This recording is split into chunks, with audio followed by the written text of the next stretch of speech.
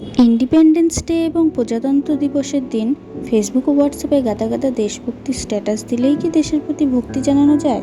তবে যাই বলো, যতদিন মেয়েরা স্বাধীনভাবে রাস্তায় চলাচল করতে পারবে না, নির্ভয়ে যাতায়াত করতে পারবে না, ততদিন অন্তত আমাদের মেয়েদের জন্য কিন্তু দেশ স্বাধীন নয়। হাই এভরিওয়ান, আমি দীপান্বিতা। আমার নতুন ব্লগে আপনাদের সবার ওয়েলকাম। দিনটা ছিল 15 অগস্ট। সবার ছিল সেদিন ছুটি, দোকানপাটও বন্ধ ছিল। তাই আমি আর সৌম্য একটু বেরিয়ে গেলাম ঘুরতে। আগে থেকে কিছুই ডিসাইড ছিল না যে কোথায় যাব। তো সৌম্য বলল চলো দেখি একটু কোথাও ঘুরে আসি। তো আমিও ধামাধাম রেডি হয়ে গেলাম। রাস্তায় যখন বেরালাম তখনও কিন্তু আমাদের ডিসাইড ছিল না যে আমরা কোথায় যাব। তো আমরা বরাবরই দুজনই ঘুরতে খুব ভালোবাসি। তো সৌম্য বলল চলো একটু জয়গার দিকে ঘুরে আসি। আচ্ছা, আমাদের এখান থেকে জয়গা যাওয়ার পথে এই জঙ্গলটা পড়ে। এটাকে মধুবাগান জঙ্গল বলে সবাই। এত সুন্দর একটা জায়গা, ভীষণ ভাল লাগে আমার তো। আর এত ঠান্ডা জায়গাটা। যাওয়ার সময় আমরা স্কুটিতে তেল ভরে নিলাম একটু। এই তো এবার শুরু হবে মেন পার্টটা। এত সুন্দর রাস্তা, এই রাস্তাটা আমার বরাবরই খুবই ভাল লাগে প্রথম থেকে। এত সুন্দর ভিউ পাওয়া যায়, একদম মেন রোডের দুপাশে চা গাছে ভর্তি। সত্যি বলতে আমি তো নিজেকে ভীষণ গর্বিত মনে করি যে আমি ডুয়ার্সের মতো জায়গায় থাকি। এখানে কি নেই, চারিদিকটাই যেন রূপকথার গল্প। নদী, পাহাড়, গ্রাম, জঙ্গল সবের মাঝেই আমাদের ডুয়ার্স। এখন আপনারাই বলুন, এমন জায়গায় থাকতে কারই না ভালো লাগে। তো এই যে গল্প করতে করতেই আমরা পৌঁছে গেলাম জয়গায়। আর পৌঁছানো মাত্রই প্রত্যেকবারের মতো আমরা জ্যামে ফেসে গেলাম। অনেকক্ষণ গরমের মধ্যে জ্যামের মধ্যে দিয়ে যাওয়ার পর ফাইনালি ফাঁকা রাস্তা পেলাম। আর সেখানে ঢোকার পর আমি জানতে পারলাম, সৌম্য আমাকে বললো এখানে 15 অগস্ট স্পেশাল কোথাও এক জায়গায় ফুটবল খেলা হচ্ছে, যার জন্য প্রচণ্ড ভিড় রাস্তায়। এর জন্যই জ্যামটা তখন লেগেছিল। তো ওর কিছু কাজ ছিল এখানে কমপ্লিট করে সৌম্য আমাকে বললো চলো ডমিনোস যাই।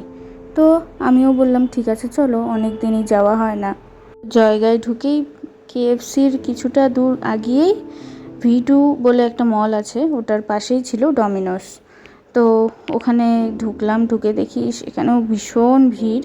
অবভিয়াসলি ছুটির দিন ভিড় তো হবেই, সব জায়গাতেই ভিড় ছিল। তো ওখানে গিয়েই আমরা মেনু কার্ড দেখে ডিসাইড করছিলাম আর কি অর্ডার করা যায়। তো মেনু কার্ড দেখে আমাদের কিছুই পছন্দ হলো না।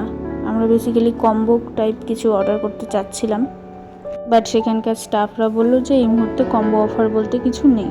তো সৌম্য আমাকে বললো যে ওর ফোনে ডমিনোজের অ্যাপ আছে, ওখানে গিয়ে দেখে কিছু একটা অর্ডার করবে। আমি এখানে চুপচাপ বসে বকর বকর করেই যাচ্ছি ওর সাথে। আমি একা একা গল্প করেই যাচ্ছি আর ও এখানে ডিসাইড করছে যে আর কি অর্ডার করা যায়। তো যাই হোক, ফাইনালি আমরা অর্ডার করলাম।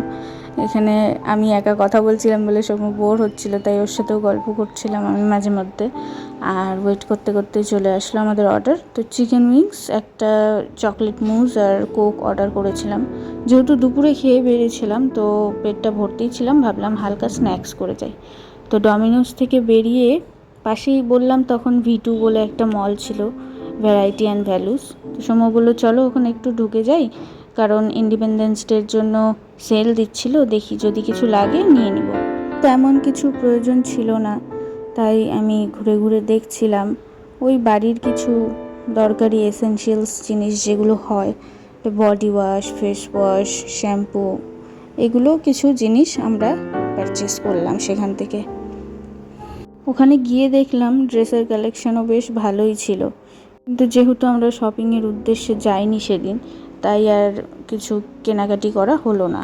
তো সৌম্য আমাকে বললো পরে আরেক দিন নিয়ে যাব তোমাকে। তো এই করতে করতে আমরা বেরিয়ে গেলাম। আর বেরাতে বেরাতে প্রায় অনেকটাই লেট হয়ে গেছিলো, প্রায় 8:30 9টা মতন বেজে গিয়েছিল। তো বেরানোর সময় তো খুব একটা ভিড় আমরা পাইনি, রাস্তায় জ্যামও ছিল না, ফাঁকাই ছিল, ওয়েদারটাও বেশ ভালোই ছিল। তো আজকের ব্লগটা এইটুকুই। ওকে, বাই।